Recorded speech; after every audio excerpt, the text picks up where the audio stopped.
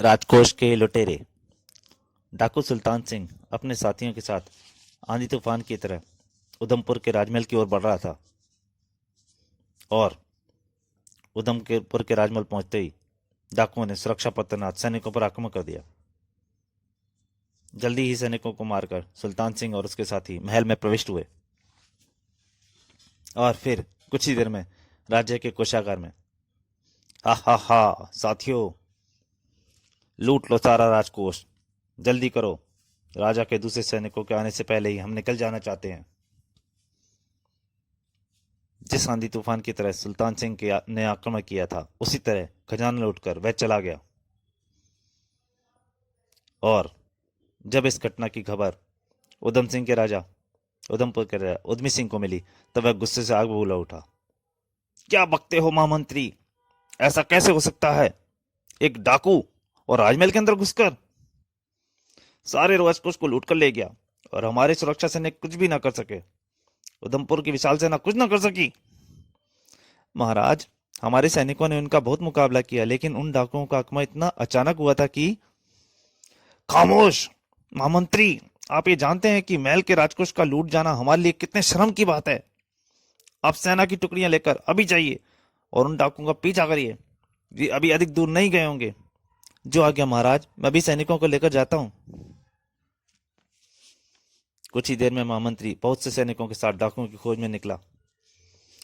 सैनिकों, जंगल का कोना कोना छान मारो, हमें वह डाकू हर हालत में मिलना चाहिए। महामंत्री ने बहुत दौड़ धूप की, लेकिन डाकुओं को कुछ पता नहीं चला। आखिर वह निराश होकर लौट आया। क्षमा करें महाराज, हमने बहुत दूर दूर तक उन डाकुओं की खोज की, लेकिन उनका कोई सुराग नहीं मिला। ओह महामंत्री, नगर में यह घोषणा कर दो, जो कोई भी डाकुओं को पकड़ाएगा उसे 10,000 स्वर्ण मुद्राएं पुरस्कार में दी जाएंगी। और फिर अगले दिन पूरे राज्य में चौराहों पर यह सूचना लिखी हुई थी। आवश्यक सूचना, खजाना लूटने वाले डाकुओं को पकड़वाने वाले व्यक्ति को 10,000 स्वर्ण मुद्राएं पुरस्कार में दी जाएंगी। डाकू, 10,000 स्वर्ण मुद्राएं।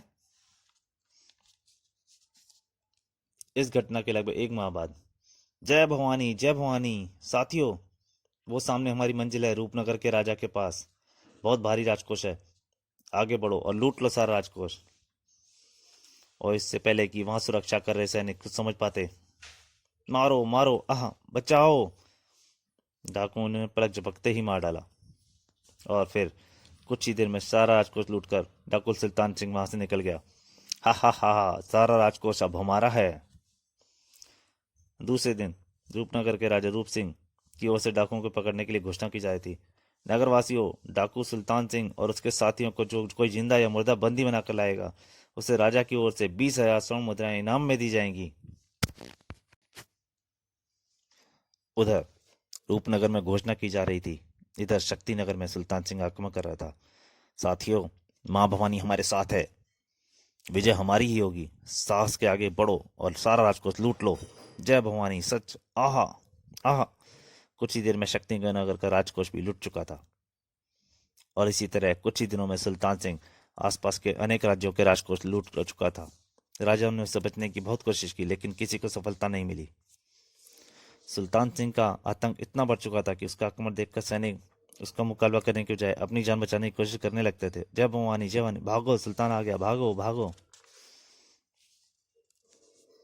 उधर विशालगढ़ के राजमहल में बांकेलाल राजअतिथि के रूप में ठाठ से दिन गुजार रहा था। बांकेलाल तो बचपन से ही शिव का ऐसा वरदान प्राप्त था, वह किसी का नुकसान पहुंचाने के लिए कोई शरारत करता था तो उसका नुकसान होने के बजाय उल्टा लाभ हो जाता था, और इससे बांकेलाल का सम्मान भी अधिक बढ़ जाता था। शिव के इस वरदान से ही बांकेलाल को विशालगढ़ के राजा विक्रम सिंह ने महल में पहुंचा दिया था। दोस्तों, इस शिव जी के वरदान के बारे में जानने के लिए पढ़िए बांकेलाल का कमाल और कर बुला हो बुला, जो इससे पहले मैं इस अपने चैनल पर डाल चुका हूँ।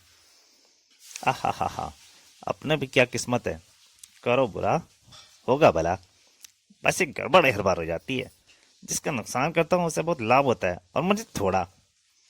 लेकिन इस बार कोई ऐसा चक्कर चलाऊंगा कि योजना की टांग भी ना टूटे और मैं माला माल हो जाऊंगा। बस मौका मिलने की देर है। अभी बांकीलाल यह सोच ही रहा था कि तभी, श्रीमान जी, आपको महाराज ने बुलाया है। सत्यानाश हो महाराज का, सब मजा खराब कर दिया। ऊंचे ऊंचे गन्नों में कितना मजा आ रहा था। किंतु वह धीरे से बोला, महाराज से कहो हम अभी आते हैं। जब बांकीलाल राजा विक्रम सिंह के पास पहुंचा, आओ बांकीलाल, हम तुम्हें ही याद कर रहे थे। कहिए महाराज, आपने कैसे याद किया? मैं तो हर समय आपकी सेवा के लिए तैयार हूं। उसने बोल दिया, पर मन मन ही सोच रहा था, अवश्य कोई गड़बड़ है, तभी तो महामंत्री सेनापति सभी यहाँ मौजूद हैं।